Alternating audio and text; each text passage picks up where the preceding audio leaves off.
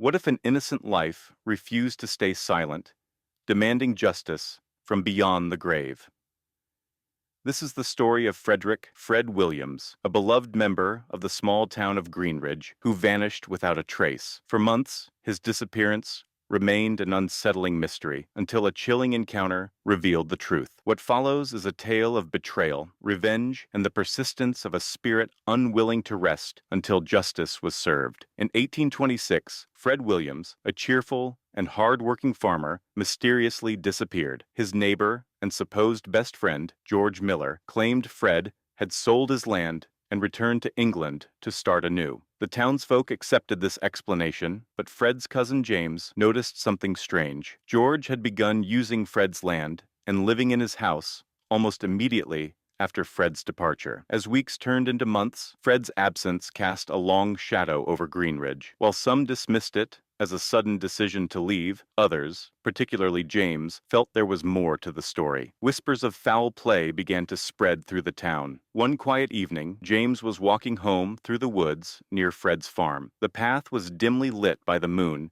and the air was unusually still. As he approached the creek, James saw a figure standing motionless by the water. It was Fred. His face was pale, his eyes hollow, and his expression full of sorrow. Slowly, Fred raised his arm and pointed toward a dense thicket near the edge of the creek. Before James could move, Fred's figure disappeared into the shadows, leaving an unshakable sense of urgency. The next morning, James returned to the spot Fred had indicated, bringing a few trusted friends. They searched the area and uncovered a shallow grave. Inside were skeletal remains, Fred's body, unmistakably identified by the distinctive ring he always wore. The discovery sent shockwaves through Greenridge. Suspicion immediately fell on George, whose erratic behavior and newfound control over Fred's property raised questions. Fueled by anger and grief, James took it upon himself to investigate further. Fred's ghost seemed to guide him, leading him to subtle but undeniable clues. A blood-stained piece of fabric buried in the barn, forged land deeds hidden in George's belongings, and even whispers that seemed to echo